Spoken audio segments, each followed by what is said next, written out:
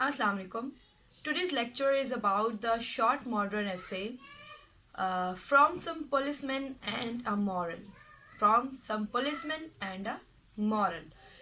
अच्छा जी, इस essay में क्या होता है? The writer has shared his own experience and that is how he actually criticizes and he highlights the poor performance of the police department of our society, जो उनकी खामियां हैं, शॉर्ट कमिंग्स हैं इस पुलिस डिपार्टमेंट में और law and order को enforce करने वाले ऑर्गेनाइजेशंस में. ठीक है, अब होता क्या, he states his own experience that once he was actually having a short visit in a state Yorkshire में वो स्टे किया हुआ उसने, और वो वहाँ पे अपने फ्री टाइम में he is just loitering around.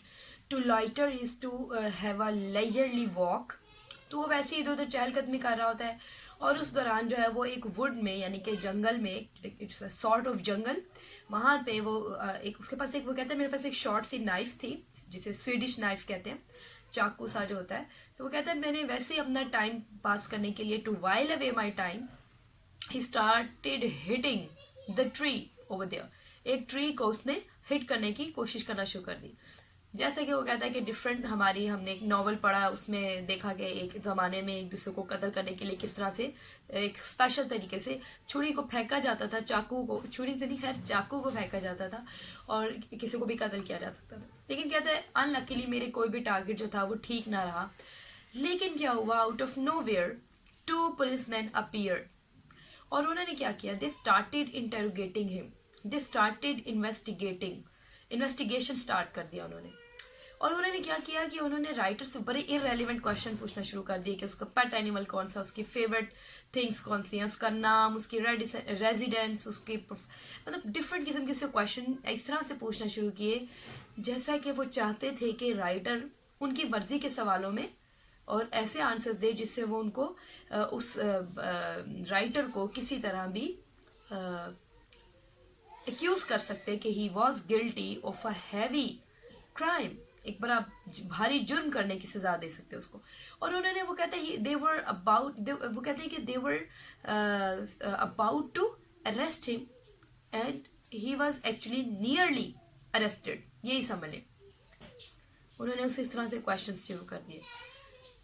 तो वो कहता है कि उन्होंने बड़े इररेलेवेंट से क्वेश्चंस उससे पूछे और जिससे वो कहता है मैं बड़ा कंफ्यूज भी हो गया and he was feeling nervous, क्योंकि writer could not understand this thing कि मैंने इतना बड़ा क्या जुर्म किया.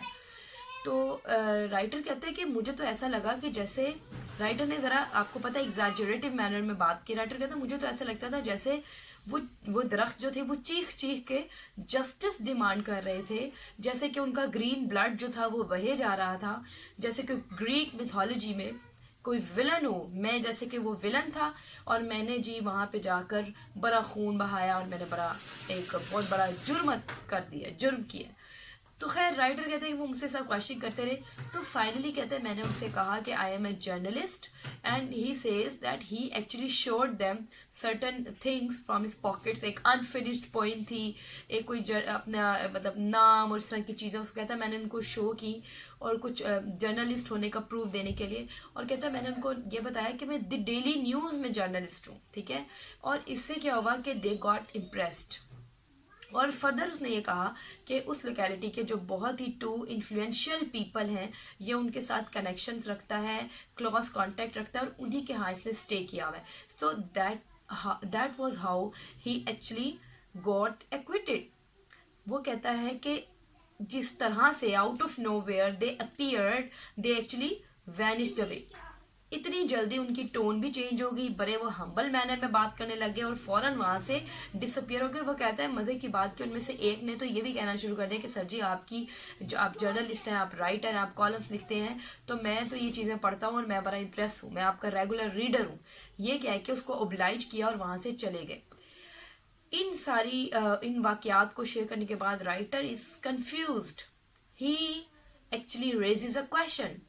He is confused that if he was guilty, if the way he was hitting the tree, it was a big crime, it was something to be punished for, तो फिर वो लोग उसके कनेक्शंस और उसके जर्नलिस्ट होने के बारे में जानकर एकदम से गायब क्यों हो गए वो पुलिसमैन? उन्होंने उसको सज़ा क्यों नहीं दी? अगर वो गलती थी तो सज़ा देते, वो चाहे जितना भी इन्फ्लुएंशियल था। और वो कहता है कि if he was not guilty at all, अगर ये कोई गलती ही नहीं थी तो वो मुझे तंग करने आए ही क्यों थे? And why they were trying to investigate him and trying to take him along to the prison, to the jail, to the police station.